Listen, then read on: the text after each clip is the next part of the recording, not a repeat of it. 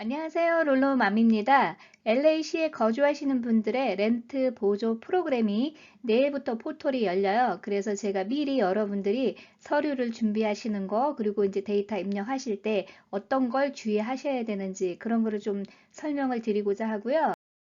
포털이 오픈되자마자 신청자들이 한꺼번에 접속을 하다 보면은 시스템이 다운될 수도 있다는 그런 염려가 되긴 합니다. 그래도 이제 일단은 여러분들이 기본적인 걸 알고 계시면은요, 이 신청 접수하는 거 문제는 없을 것 같습니다. 그래서 제가 몇 가지 주의사항이라든지 아니면 팁을 좀 드리려고 오늘 이렇게 동영상 올려봐요.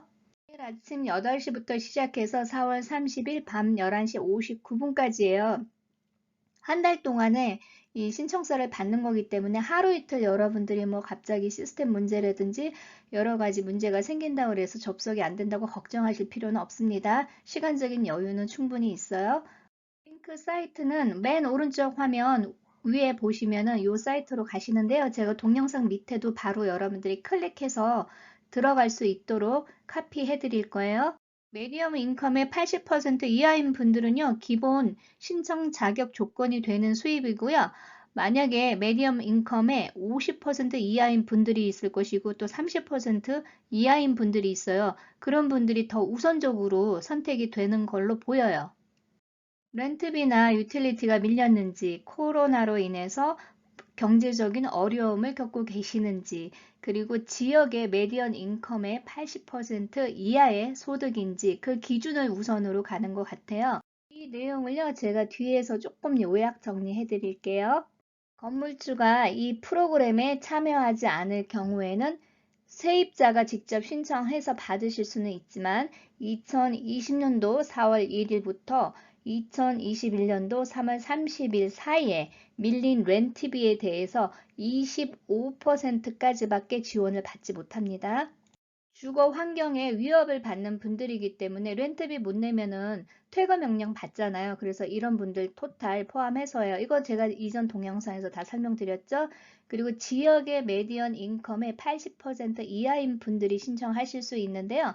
이 내용상으로는 30%, 뭐 50% 이상 더 이렇게 수입이 안 되는 분들이 더 우선인 것 같아요. 그래서 실업수당 받는 분들은 대부분 이거에 해당이 될 걸로 보입니다. 제가 볼 때는.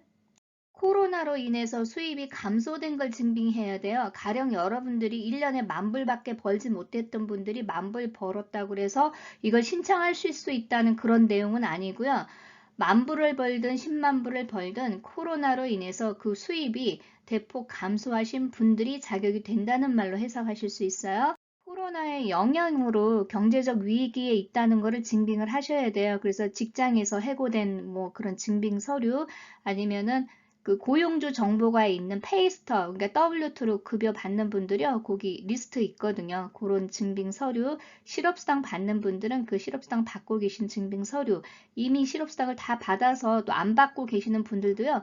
그 받아왔던 그 증빙 서류 그런 거 있으면 되고, 자영업자분들 같은 경우에는 텍스 보고하신 거나 인컴 스테이먼이니까 뭐 뱅크 스테이먼이라든지 기타 증빙이 될 수 있는 서류를 준비하시면 되고요. 기타 이 외에도요, 여러분들이 코로나로 인해서 수입이 감소해서 렌트비 내는데 어려움이 있다는 그 증빙 서류만 있으면 됩니다. 여기에서 중요한 것만 제가 간추려서 설명드릴게요. 싱글 패밀리 렌털 프라퍼리인데 콘도미니엄도 포함이 된다는 거야. 즉 커머셜은 아니에요. 만약에 여러분들 비즈니스 하시면서 커머셜 렌트비에 어려움 있는 분들은 PPP라는 프로그램 기타 다른 그랜트 같은 걸로 신청하실 수 있는 거고요. 이거는 실제로 거주하시는 주거 공간에 대해서만 신청이 가능하십니다. 렌트 계약서가 아니더라도요, 지금 신청하시는 그곳에 거주하고 있다는 증빙 서류가 있으면 된다 그래요. 테넌트가 렌트비가 밀려야만이 신청하실 수 있는 건 아니에요. 렌트비가 밀리지 않아도 어려움이 있는 분들은 신청하실 수 있어요.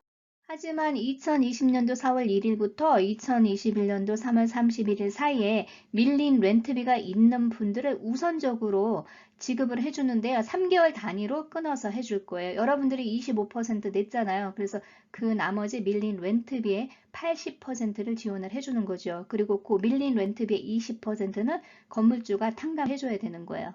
제가 이 밑줄 그은 내용을요, 해석을 하면은 만약에 여러분들이 렌트 보조 프로그램 선택이 되셔갖고 지원을 받으시는 분들은 여전히 어렵잖아요. 그래서 보통 3개월 단위로 리뷰를 한다 그랬죠. 그래서 앞으로 내야 되는 렌트비에 어려움이 있는 분들이요, 이거 만약에 펀딩 받는 거 퍼밋 받으셨다면은 25%까지 지원받을 수 있다, 이 말이거든요. 즉, 이 내용상으로는 밀린 렌트비에 대해서는 80%까지 지원이 되고 건물주가 20% 탕감을 해주지만 앞으로 내야 되는 렌트비에 어려움이 있다면은 3개월 단위로 끊으니까 그 금액에 대해서는 25%를 지급해 줄 수도 있다라는 말로 해석이 돼요. 세류 신분 상관없이 누구에게나 세입자인 분들은 신청하실 수 있습니다. LA시에 거주하셔야 되는 거를 증빙하셔야 되고요. 거주하고 계시는 거를 증빙할 수 있는 렌트 계약서나 건물주가 이렇게 노트를 적어준 그런 증빙 서류면 가능하다 그래요.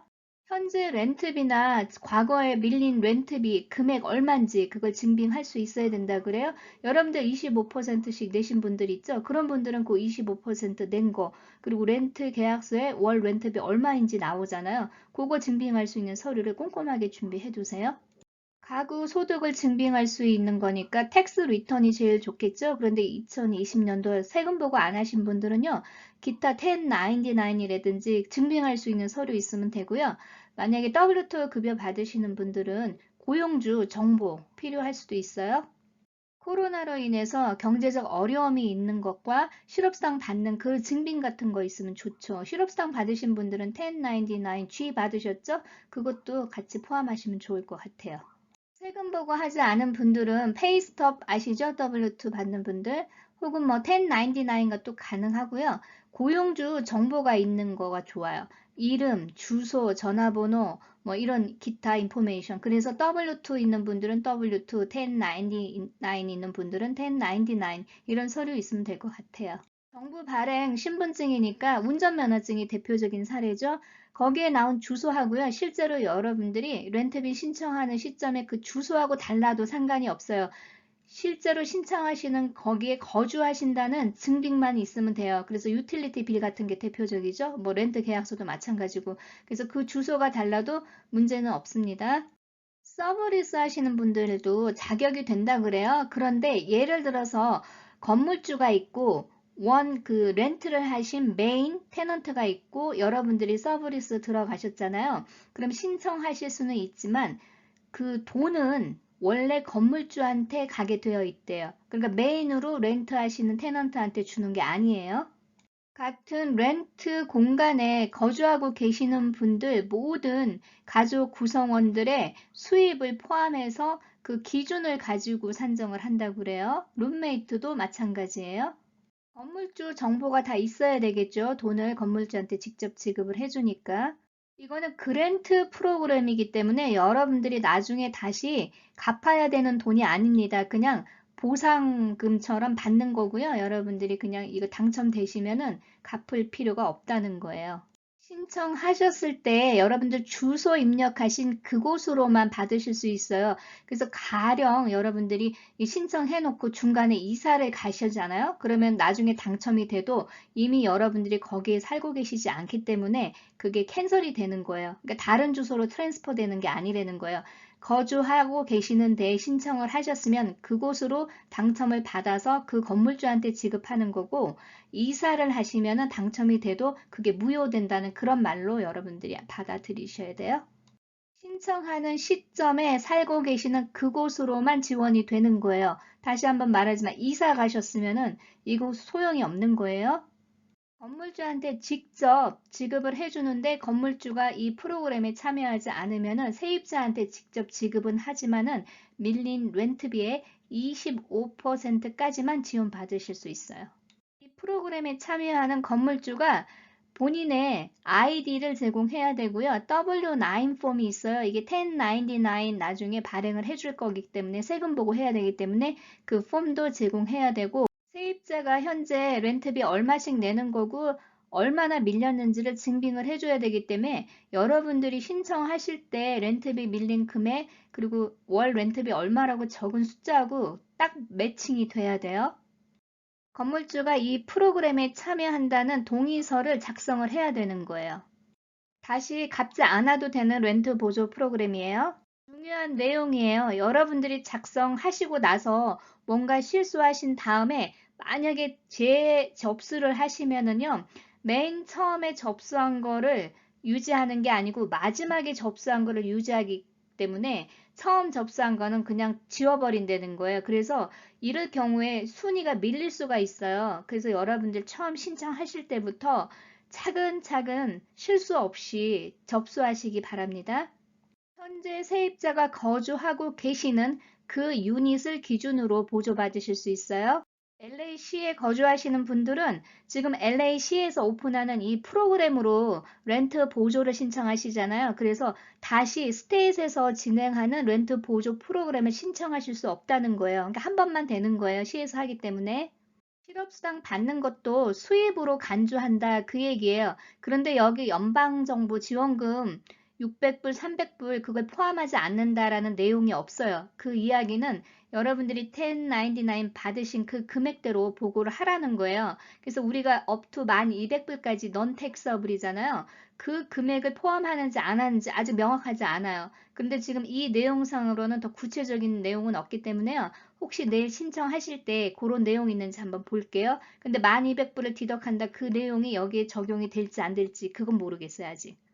여러분들 그 지역에 메디언 인컴 있죠? 그 금액의 80% 이하인 분들은 다 신청하실 수 있잖아요. 이 어려움이 있는 분들은. 그런데 50% 이하냐 또 30% 이하냐에 따라서 더 우선권을 주어지는 것 같아요. 그리고 추가로 만약에 뭐 펀드가 남았다 그러면 그 범위를 더 확장시킬 수 있다는 거죠. 서류는 바로 업로드 버튼을 통해서 업로드 할 수 있게 된다고 그래요. 그러니까 신청할 때 서류를 아예 처음부터 업로드 할 걸로 보이거든요. 그래서 여러분들이 되도록이면은요, 이렇게 사진으로 찍을 때는 사진 파일로 돼버리면 여러 장이 돼버리잖아요. 그래서 가능하시면은 PDF 파일로 하나로 업로드 시키는 게 좋아요. 그래야 이 지금 서류를 리뷰하는 분들도요, 이렇게 막 쪼개서 보지 않고 순서대로 쭉 리뷰하실 수 있어요. 그러면 서류 진행이 더 빨라질 수도 있거든요. 이건 저 개인적인 생각이에요. 근데 대부분 정부에서 지원해주는 프로그램들은요, 파일을 되도록 PDF로 작성하실 걸 제가 권장해드려요. 건물주가 밀린 렌트비의 20%를 탕감을 해줘야 돼요. 가령 총 밀린 렌트비가 10,000불이라고 가정을 했을 때 8,000불을 이 프로그램에서 지원을 해주죠. 그러면 나머지 2,000불을 테넌트한테 받는 게 아니고 건물주가 웨이브를 해줘야 돼요. 이걸 받지 않겠다고. 그렇지 않으면 이 프로그램 참여하실 수 없다고 그래요. 신청 전에 이게 조금 여러분들이 궁금하실 것 같아서 좀 정리를 해봤어요. 리스 컨트랙에 예를 들어서 와이프하고 허즈번드가 있고요. 1040 텍스 리턴에 와이프, 허즈번이 있고 또 부양가족이 있는 분들이 있을 것이고요. 기타 리스 계약서에도 없고 1040 텍스 리턴에 없는 또 다른 가족이 있을 수 있어요. 그런데 여러분과 같이 살고 있는 경우가 있을 수 있어요. 같은 공간에 사는 분들 모두 수입을 합하라고 그랬는데 지금 이 내용상으로는 리스 계약서나 1040 텍스 리턴에 들어간 분들은 반드시 모두 리스트 안에 들어가야 돼요. 그런데 문제는 여기에 들어가지 않고 별도로 세금 보고 하시면서 지금 더부살이하는 가족이 있을 수도 있어요. 그런데 이분들이 만약에 수입이 있으면은 이 수입이 포함이 되잖아요. 그러면 메디언 인컴 그 가구 수에 따라 얼마 리밋 거기에 또 벗어날 수가 있거든요. 그래서 수입이 있는지 없는지 수입이 없다 그러면은 이 가족 구성원을 포함해야 굉장히 유리하겠죠? 그런데 문제는 이제 여기 수입이 없다는 거를 또 어떻게 증빙을 하느냐 그 서류가 필요할 수가 있어요. 근데 실업수당도 받지 않고 일도 하지 않고 세금 보고 따로 했었어요.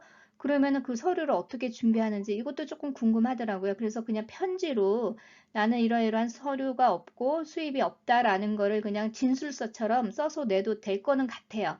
그래서 여러분들이 만약에 이 가족 구성원을 포함해야 되는지 하지 않아야 되는지는 여러분들이 결정을 하셔야 돼요. 원칙적으로는 다 포함하라고 했지만 지금 제가 볼 때 이 지금 오른쪽에 있는 그 가족 구성원이 포함됐을 때 렌트 보조 프로그램 못 받는 분들이 계실 수도 있기 때문에 이 부분을 제가 뭐 자세히 말씀드리기는 어렵지만 여러분들이 잘 고려를 하실 거를 제가 좀 아이디어를 드리는 거예요. 이 서류랑 다 준비하시고요. 그 렌트비 얼마 밀렸는지 그 계산도 쭉 하신 다음에 신청 접수 바로 하셔서 여러분들 많이들 선택되셔서 혜택 받으시기 바랍니다. 좋은 하루 되시고요. 좋아요, 구독 부탁드립니다. 감사합니다.